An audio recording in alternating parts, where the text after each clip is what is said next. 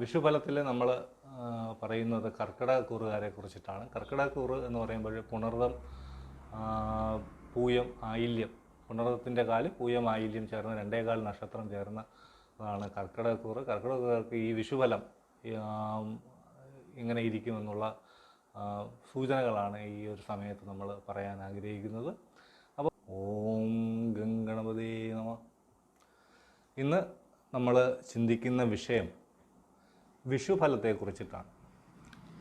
അപ്പോൾ നമുക്കറിയാം, വിഷുഫലം ഒരു വർഷത്തെ ഫലമാണ് വിഷുഫലം കൊണ്ട് ഉദ്ദേശിക്കുന്നത്.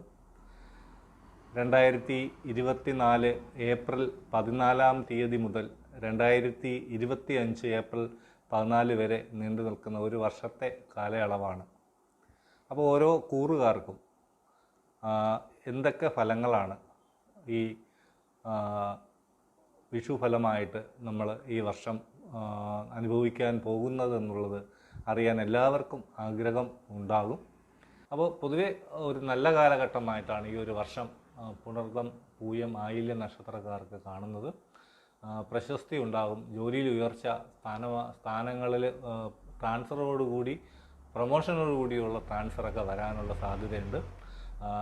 ധനത്തിന് ഒന്നിലധികം മാർഗങ്ങളിൽ കൂടെ ധനവരവ് വരുവാൻ സാധ്യതയുണ്ട്. ലോട്ടറി പോലുള്ള ഭാഗ്യങ്ങൾ വരുവാനുള്ള സാധ്യത ഈ കർക്കിടകക്കൂറുകാർക്ക് ഈ വർഷം കാണുന്നുണ്ട്.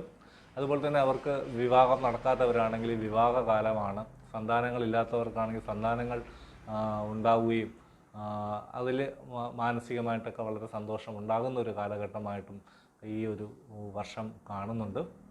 അതുപോലെ തന്നെ കുറച്ച് കാലമായിട്ട് ആഗ്രഹിച്ചിരിക്കുന്ന ഒരു വാഹനം വാങ്ങുന്ന കാര്യമായാലും, അല്ലെങ്കിൽ ഒരു ഗൃഹം പുതുക്കി പണിയുന്ന കാര്യത്തിലായാലും, അല്ലെങ്കിൽ മുടങ്ങിക്കിടക്കുന്ന ഗൃഹനിർമ്മാണം ഒന്ന് മുന്നോട്ട് കൊണ്ടുപോകുന്ന കാര്യത്തിലായാലും ഒക്കെ ഒരു മനസ്സന്തോഷവും വിജയവും ഒക്കെ ഉണ്ടാവും. നമ്മൾ അപേക്ഷിച്ച് അല്ലെങ്കിൽ അലഞ്ഞു നടന്ന ലോണുകളൊക്കെ പാസ്സായി വരുവാനുള്ള ഒരു സാധ്യതയും ഈ സമയം കാണുന്നുണ്ട്.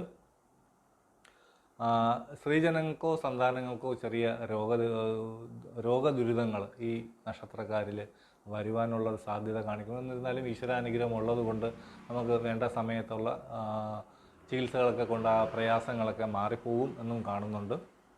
പിന്നെ ദൂരെ യാത്രകൾ ആഗ്രഹിച്ചവർക്ക് പറ്റിയൊരു സമയമാണ്. നിങ്ങൾ ആഗ്രഹിച്ച സ്ഥലങ്ങളൊക്കെ സന്ദർശിക്കാനും, പ്രത്യേകിച്ച് നമ്മുടെ മൂകാംബിക, ഗുരുവായൂർ, അല്ലെങ്കിൽ പിന്നെ യാത്രകളൊക്കെ ആഗ്രഹിക്കുന്നവർക്ക് ആ സമയത്ത് ഈ സമയം വളരെ അനുകൂലമായും അതിനുള്ള സാഹചര്യം ഒത്തുവരികയും പ്രതീക്ഷിക്കാത്ത സുഹൃത്തുക്കളെയൊക്കെ ബന്ധപ്പെട്ട് പുതിയ പ്ലാനുകളൊക്കെ രൂപീകരിക്കാനൊക്കെ പറ്റുന്ന ഒരു കാലഘട്ടമായിട്ട് ഈ സമയം മാറുന്നു. പിന്നെ അതുപോലെ തന്നെ ഈ സമയത്ത് ഗുണങ്ങൾ വർദ്ധിക്കാനും ദോഷങ്ങൾ കുറഞ്ഞു വരാനും വേണ്ടിയിട്ട് ഗണപതിയെ നന്നായിട്ട് പ്രാർത്ഥിക്കുന്നത് നല്ലതാണ്. അതുപോലെ തന്നെ നിങ്ങളുടെ കുടുംബദേവതയെ യഥാശക്തി പിന്നെ പ്രാർത്ഥനകൾ, പൂജകളൊക്കെ ചെയ്ത് പ്രീതിപ്പെടുത്തുക. അത് നിങ്ങളുടെ ഈ സമയത്തെ വളരെ വിജയകരമായ പ്രവർത്തനങ്ങൾക്ക് സഹായിക്കുമെന്നും കാണുന്നുണ്ട്. അതുപോലെ തന്നെ ദുർഗാദേവി, അടുത്ത ദുർഗാക്ഷേത്രങ്ങൾ, പിന്നെ അവിടെ പോയി വഴിപാടുകൾ നടത്തി പ്രാർത്ഥിക്കുന്നതും, ശിവന് പ്രത്യേക വഴിപാടുകൾ നടത്തി പ്രാർത്ഥിക്കുന്നതൊക്കെ ഈ സമയദോഷങ്ങൾ മാറാനും നിങ്ങളെ ഈ പറഞ്ഞ ഫലങ്ങൾ വളരെ അഭിവൃദ്ധി ഉണ്ടാവാനൊക്കെ പറ്റുന്ന ഒരു കാലഘട്ടമായിട്ടാണ് ഈ ഒരു വർഷം നിങ്ങൾക്ക് അനുഭവത്തിൽ വരിക. പുണർതം, കാല്, പൂയം, ആയില്യം നക്ഷത്രക്കാർ വളരെ ഉയർച്ച വരുന്ന, അല്ലെങ്കിൽ വളരെ പ്രൗഢിയോടുകൂടി മുന്നോട്ട് വരുന്ന ഒരു കാലഘട്ടമായിട്ട് ഈ ഒരു വർഷം കാണുന്നു.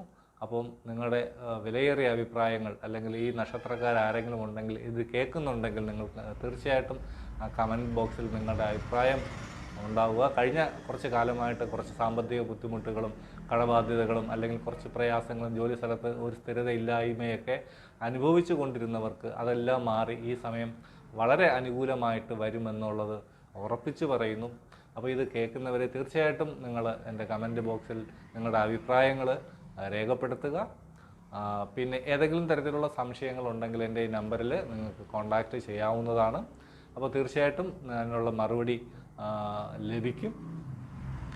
ഇനി നമുക്ക് അടുത്ത ഒരു ചിങ്ങക്കൂറുകാരെ കുറിച്ച് നോക്കാം.